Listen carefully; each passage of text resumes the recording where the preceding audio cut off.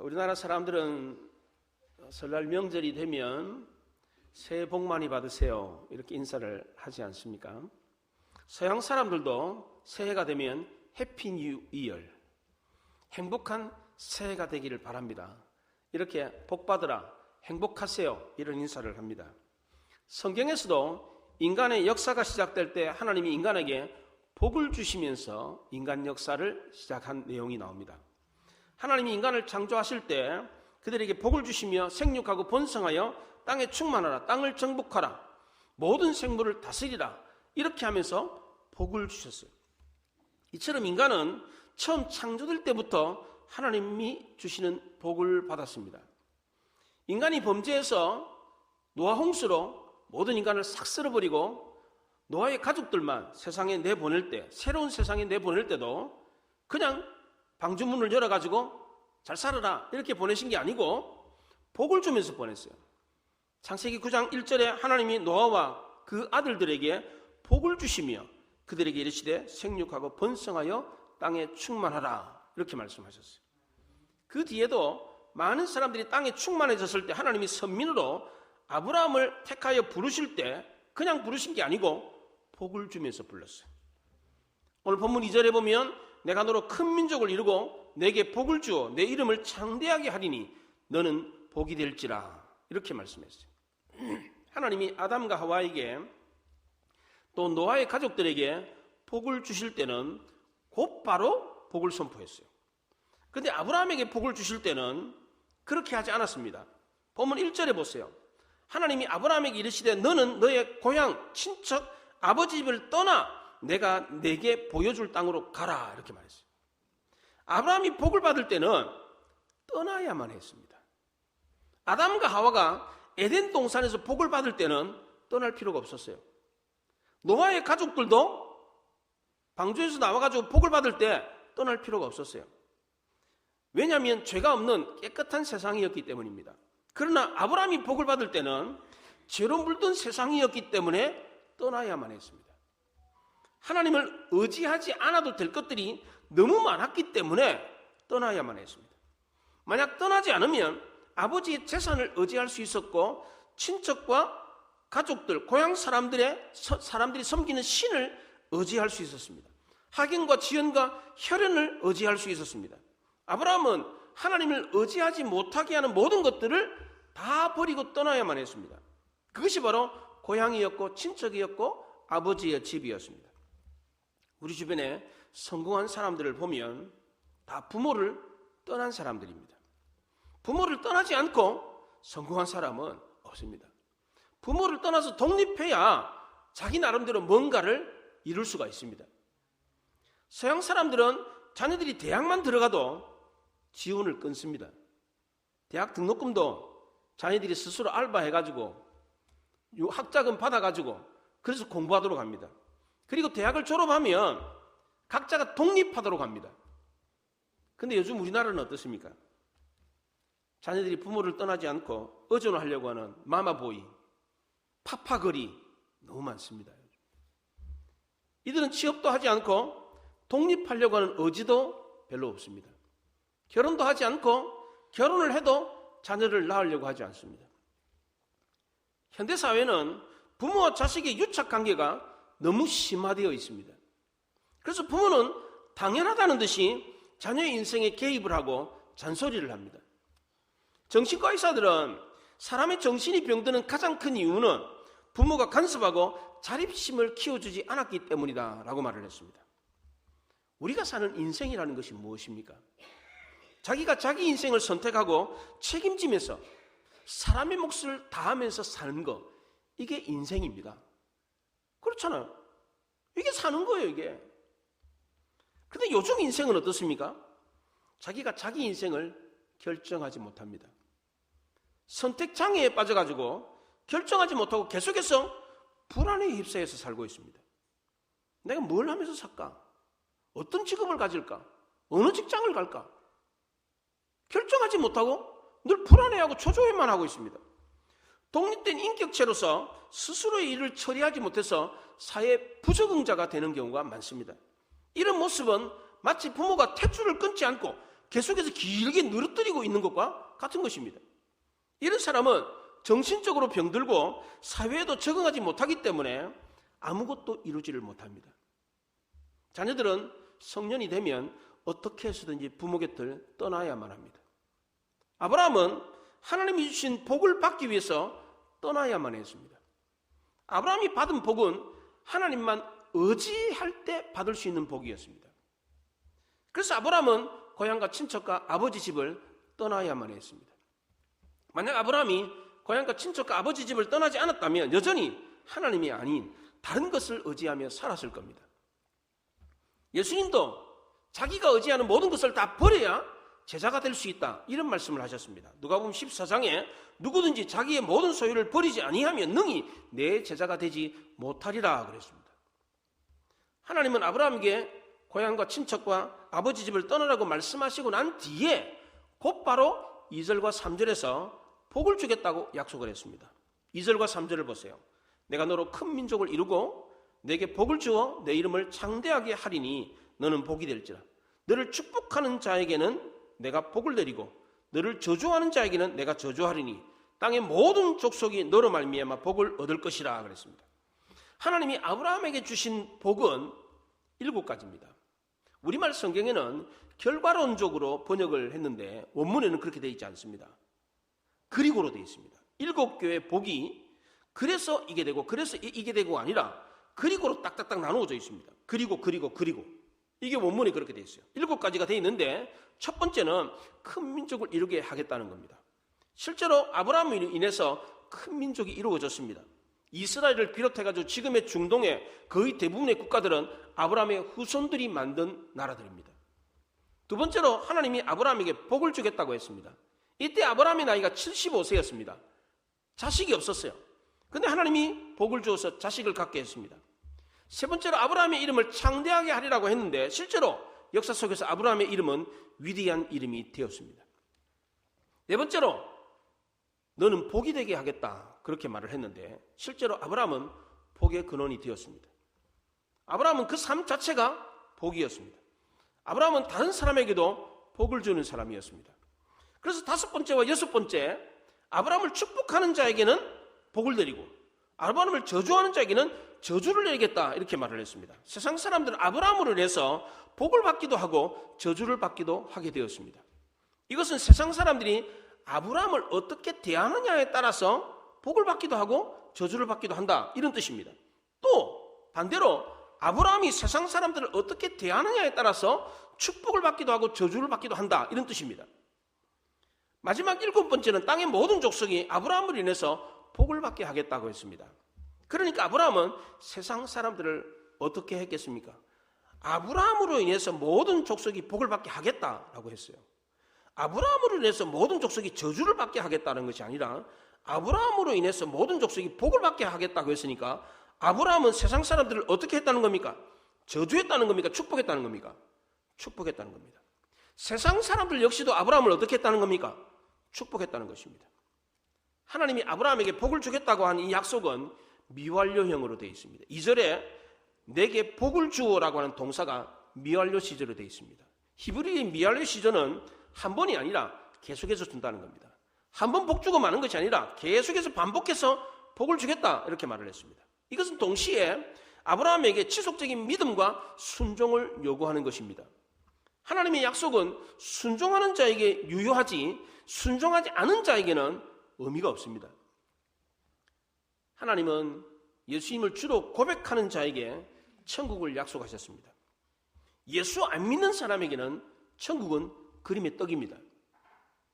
하나님의 복도 믿고 순종하는 자가 받는 것이지 믿지 않고 순종하는 자에게는 이 하나님의 복은 의미가 없습니다. 우리가 아무리 사람들 만나가지고 복 받으세요, 복 받으세요 이렇게 빌어줘도 복 못 받습니다. 하나님의 복은 못 받아요. 부모가 자식을 축복하는 말도 역시 마찬가지입니다. 부모의 말을 믿고 순종하는 자녀가 복을 받는 것이지 그렇지 않는 자녀는 부모가 아무리 복을 빌어도 자녀가 복을 못 받습니다. 아브라함이 하나님의 복을 지속적으로 받을 수 있었던 비결은 바로 지속적인 믿음과 순종이 있었기 때문입니다. 그렇다면 아브라함이 믿고 순종했던 것이 무엇입니까? 아브라함이 하나님의 복을 지속적으로 받을 수 있었던 이유는 두 가지 원리를 믿고 따랐기 때문입니다. 하나님의 복에는 두 가지 원리가 있습니다. 첫째는 하나님의 복은 흘러가야 한다는 것입니다. 두 번째는 하나님의 복을 받은 사람이 축복의 통로가 되어야 한다는 것입니다. 첫째로 하나님의 복은 흘러가야 합니다. 하나님의 복은 세상의 복과는 달라서 쌓아두면 안 됩니다. 하나님의 복은 쌓아둔다고 해서 더 많아지는 게 아닙니다. 쌓이지도 않아요. 조선 후기에 실학자인 연안 박지원은 많은 글을 썼습니다. 우리 고등학교 다닐 때에 일야구 도하기, 양반전, 허생전 이런 거 우리가 많이 공부했는데 그런 좋은 책을 썼던 사람이, 이 사람이 물에 대한 이야기를 하면서 이런 얘기를 했어요. 우물의 물은 자꾸 퍼내야 물이 더 많아진다, 이런 얘기를 했어요. 물은 물을 계속 퍼내야 그 물귀이 생겨가지고 다른 데서 물이 이렇게 몰려드는 겁니다. 그것처럼 가지고 있는 것을 나누어야 된다는 거예요, 이게. 그래서 굉장히 똑똑한 사람이에요, 이게. 하나님의 원리가 그래요. 하나님의 복이 그래요. 나누어 주어야 계속해서 많아진다는 겁니다. 창세기 1장 28절에 하나님이 그들에게 복을 주시며 하나님이 그들에게 이르시되 생육하고 번성하여 땅에 충만하라 모든 생물을 다스리라 그랬습니다. 하나님이 우리에게 주신 복이 어떤 것입니까? 이 복은 하나님께로부터 오는 것입니다. 사실 모든 복은 하나님께로부터 오는 게 맞습니다. 왜냐하면 하나님이 복의 근원이시기 때문입니다. 마치 지구상의 모든 생물들이 태양이 비치기 때문에 살 수 있는 것처럼 우리도 하나님의 복이 있어야만이 살 수 있는 것입니다. 사실 우리가 사는 것은 하나님의 복이 있기 때문에 살고 있는 것입니다. 지구상의 모든 생물이 태양빛이 있기 때문에 살고 있는 것처럼 우리 역시도 하나님의 빛이, 은혜의 빛이, 복의 빛이 있기 때문에 살고 있는 것입니다. 또 이 복은 생육하고 번성하는 것입니다. 복을 받은 사람이 자기 때에서 그 복이 그쳐버린다면 그 복은 진짜 복이 아닙니다. 그 복이 다음 세대에 자기 후손들에게 계속해서 이어져야 그게 진짜 복이 되는 것입니다. 또한 이 복은 땅을 정복하는 것입니다. 땅을 정복하는 이 복은 부동산 많이 늘리는 복을 말하는 게 아닙니다. 하나님 나라가 땅에 충만하도록 하는 복을 말하는 것입니다. 이것은 선교적인 사명을 말하는 것입니다. 그래서 예수님은 제자들을 땅끝까지 복음 전하도록 보내셨습니다. 이처럼 생육하고 번성하는 것은 내 대에서 끝나지 않고 다음 세대에 계속해서 이어지도록 하는 것이고, 땅을 정복하는 것은 하나님이 우리에게 주신 복이 땅끝까지 흘러가도록 하는 것입니다. 하나님의 복은 한 곳에 머물러 있는 것이 아니라 다음 세대에 더 많은 사람들에게 더 넓은 지역에 흘러져 가야 하는 것입니다. 그런데 이렇게 하나님의 복이 흘러가야 되는데 마귀가 이 흐름을 가로막았던 사건이 두 가지가 있었습니다. 첫째는 바벨탑 사건이었습니다. 창세기 11장에 성읍과 탑을 건설하여 탑 꼭대기를 하늘에 닿게 하여 우리 이름을 내고 온 주민 흩어짐을 면하자. 하나님은 땅을 정복하고 흩어져라, 땅이 충만하라 이렇게 말씀하셨는데 마귀는 어떻게 합니까? 우리 이름을 내고 흩어짐을 면하자 그럽니다. 바벨탑은 하나님의 흐름을 가로막는 반역행위였습니다. 자기 자신만 잘 살면 그만이다 하고 하는 자기의 인간의 욕심을 채우려고 하는 그것이 바로 바벨탑이었습니다. 하나님의 복은 흘러가야 되는데 자기 배만 채우려고 계속해서 쌓으려고 했던 것이 바벨탑이었습니다. 바벨탑은 지금도 계속해서 쌓여지고 있습니다. 마귀가 사람들의 욕심을 부추겨가지고 자기 재물을 계속해서 쌓도록 하고 있습니다. 이것은 하나님의 복이 흘러가지 못하도록 하는 마귀의 방해 공작입니다. 또 하나 하나님의 복이 흘러가도록 해야 되는데 흘러가지 못하도록 했던 사건이 바로 만나 사건이었습니다. 출애굽기 16장에서 모세가 그들에게 이르기를 아무든지 아침까지 그것을 남겨두지 말라 하였으나 그들이 모세에게 순종하지 아니하고 더러는 아침까지 두었더니 벌레가 생기고 냄새가 난지라 모세가 그들에게 노하니라 그랬어요. 하나님이 이스라엘 백성들에게 주신 만나는 먹고 가나안 땅으로 들어가도록 하기 위해서 준 겁니다. 광야에서 먹고 그냥 배부르게 거기 머물러 있도록 하기 위해서 준 게 아닙니다. 먹고 가나안 땅에 들어가도록 하기 위해서 준 것입니다. 그런데 이스라엘 백성들은 그렇게 생각하지 않았습니다. 이 만나만 있으면 어디서 살든지 평생 먹고 살 수 있겠다. 아무 일 안 하고 먹고 살 수 있겠다 이런 생각이 들었습니다. 그래서 처음 만나가 내렸을 때 사람들이 어떻게 했습니까? 만나를 막 긁어와가지고 막 쌓아뒀습니다. 모세가 이스라엘 백성들에게 아침까지 남겨두지 마라 그랬는데 그걸 듣지 않고 다음 날까지 며칠 거 먹을 거 그냥 쌓아고 그냥 막 챙겨왔어요. 이게. 그랬더니 벌레가 새기고 썩어서 냄새가 났습니다. 하나님이 우리에게 주신 물질도 마찬가지입니다. 하나님 우리에게 물질을 왜 주셨습니까? 이 땅에서 그거 쓰고 천국 가도록 하기 위해서입니다. 만나를 광야에서 줬던 이유는 광야에서 그 만나 먹고 가나안 땅 들어가도록 하기 위해서 준 겁니다. 이 땅의 물질도 마찬가지요. 이 땅에서 물질 써서 살다가 저 천국 오도록 하기 위해서 준 것입니다. 그런데 우리는 어떻게 쓰고 있습니까? 이 물질을 천년만년 내 것인 줄 알고 쌓아두고 있습니다. 우리는 죽을 때 얼마를 남기고 갑니까? 다 남기고 갑니다. 하나도 못 가져갑니다. 물질은 쌓아두라고 준 것이 아니라 쓰고 천국 가도록 하기 위해서 준 것입니다. 이것을 알고 물질을 사용할 때 그 물질이 축복이 되는 것입니다.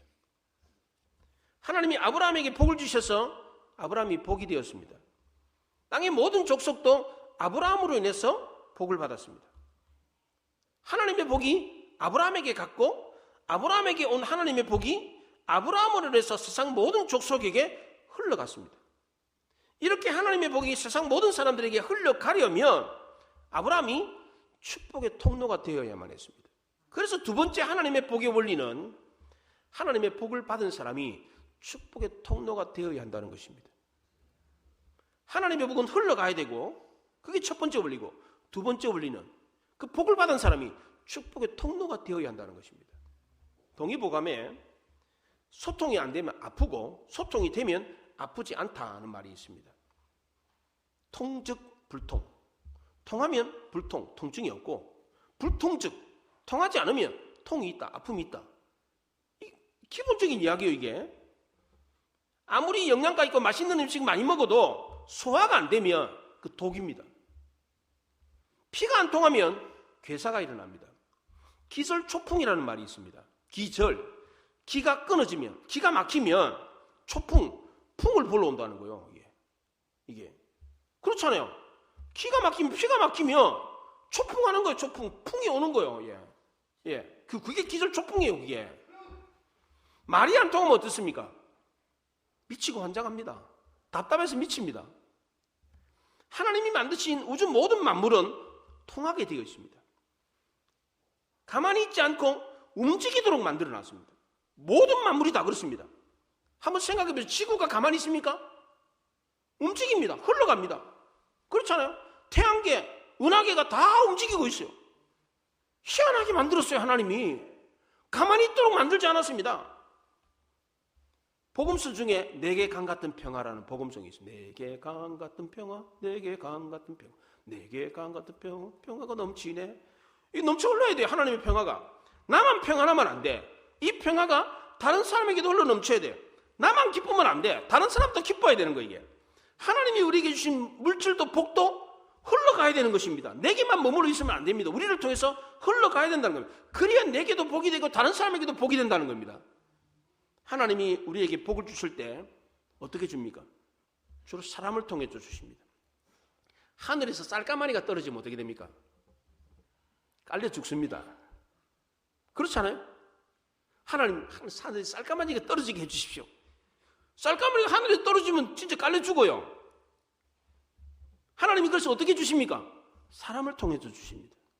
그렇기 때문에 우리는 매일매일마다 만나는 사람들을 축복해야 됩니다. 우리 주변 사람들을 저주하면 나도 저주를 받습니다. 이게 바로 하나님의 기가 막힌 섭리입니다. 미국 경제학자 존 케네시 겔 브레이스라고 하는 아주 유명한 학자가 있었습니다.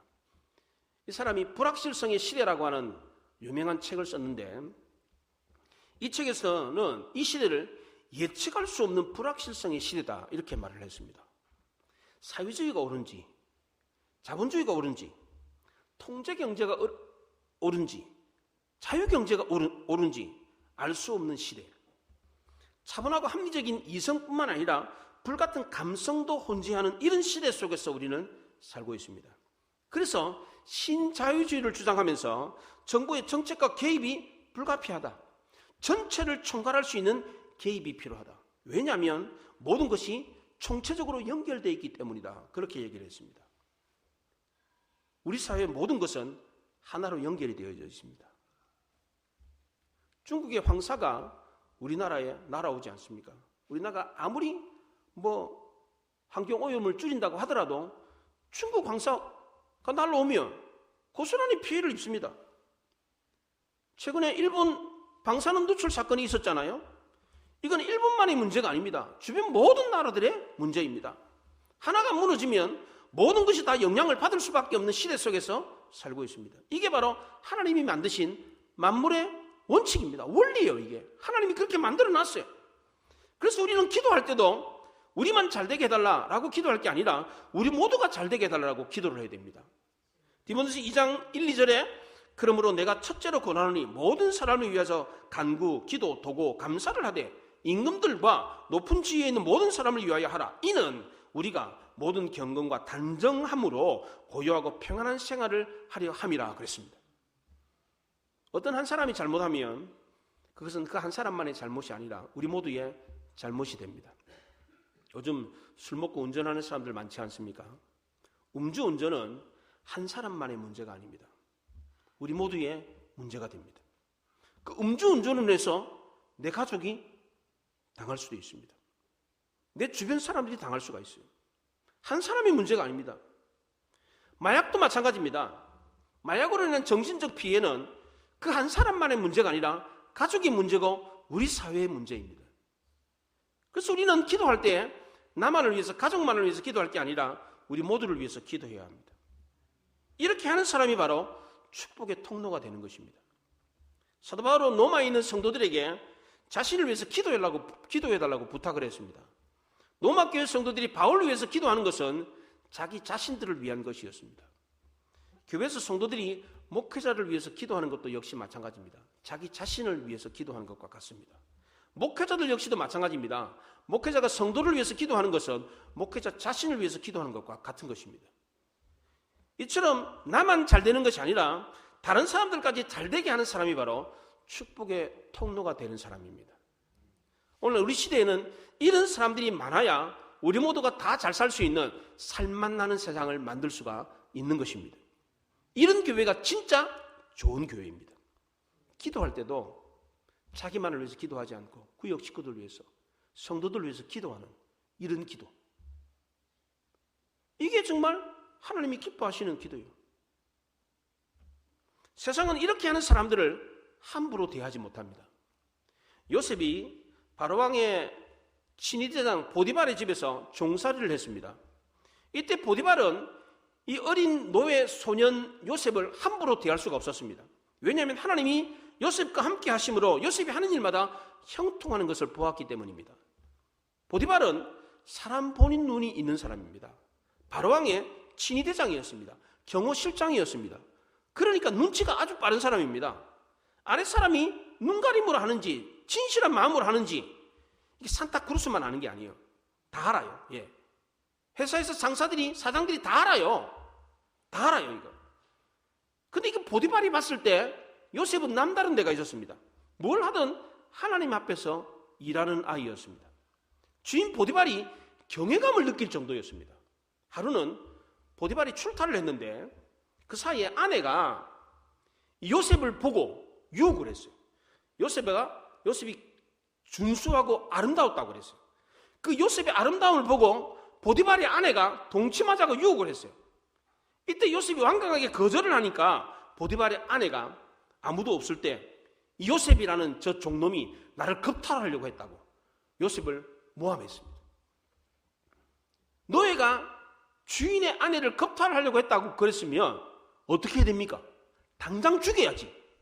그렇잖아요? 그게 맞을 것 같은데 보디발은 그렇게 하지 않았습니다. 요셉을 죽이지 않고 감옥에 가두었습니다. 이제 요셉은 보디발의 집이 아니라 감옥에서 생활하게 되었습니다. 근데 거기서도 하나님이 함께 하심으로 요셉은 하는 일마다 형통했습니다.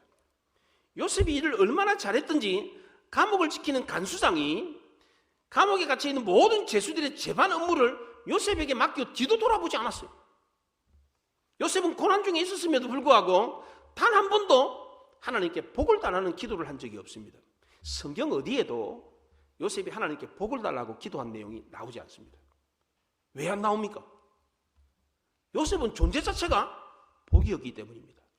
하나님이 아브라함에게 너는 복이 될지라 라고 했던 것처럼 요셉에게도 너는 복이 될지라 라고 하는 복을 주었기 때문입니다. 요셉은 가는 곳마다 하나님의 복이 흘러넘쳤어요. 보디발의 집에서도 감옥에서도 심지어 우상신을 섬기는 바로왕의 왕궁에서도 요셉 때문에 하나님의 복이 흘러넘쳤어요. 왜 이런 놀라운 복이 가는 곳마다 흘러넘쳤습니까? 요셉이 축복의 통로가 되었기 때문입니다. 그렇다면 우리도 아브라함처럼 요셉처럼 하나님의 복이 넘치도록 받아야 되지 않겠습니까? 어떻게 하면 이렇게 됩니까? 첫째는 하나님의 복을 받아야 됩니다. 우리는 우리의 노력으로 성공한 것 같지만 그렇지가 않습니다. 우리의 노력으로 성공한 사람은 그 성공이 오래가지 않습니다. 그러나 하나님이 주신 복으로 성공한 사람은 그 성공이 사라지지 않습니다. 로마서 9장 16절에 그런즉 원하는 자로 말미암음도 아니요 다른 박질하는 자로 말미암음도 아니요 오직 긍휼히 여기시는 하나님으로 말미암음이니라 그랬습니다. 우리가 원한다고 해서 복 받고 성공하는 게 아니라는 겁니다. 다른 박질한다고 해서 열심히 뛰어다닌다고 해서 성공하는 게 아닙니다. 인문주의자들은 사람들이 간절히 원하면 우주의 정령이 도와줘가지고 성공할 수 있다 이런 얘기를 합니다. 일종의 피그말리온 효과가 나타난다는 겁니다. 이 피그말리온 효과는 정신을 집중해가지고 어떤 것을 간절히 원하면 불가능한 일도 이루어진다 이런 이야기입니다. 그래서 교육심리학에서는 교사의 기대에 따라 학습자의 성적이 향상된다 이런 얘기를 합니다. 물론 그럴 수 있습니다. 그러나 이게 꼭 맞는 게 아닙니다. 학교에서 선생님들이 아이들을 잘 가르치려고 노력을 하면 모든 학생들이 다 공부 잘합니까? 그렇습니까? 교사가 열심히 가르친다고 해서 모든 학생들이 다 공부 잘합니까? 그럴 것 같으면 뭐 공부 못하는 애들 하나도 없게? 그렇잖아요? 부모는 자식 잘 되기를 바라잖아요. 자식 잘 되기를 바라지 않는 부모가 어디 있습니까? 그러면 다 모든 자식이 다 잘 돼야 되잖아요. 근데 현실은 그렇지가 않아요. 간절히 원한다고 해서 다 이루어지고 다 복받고 성공하는 게 아닙니다. 다른 박질 한다고 해서 열심히 뛴다고 해서 성공하는 게 아닙니다. 여호와께서 집을 세우지 아니하시면 세우는 자의 수고가 헛되다고 했습니다. 먼저 하나님의 복이 있어야 합니다. 하나님이 복 주시지 않으면 아무리 내가 원한다고 해서 아무리 다른 박질하고 뛴다고 해서 되는 게 아니에요.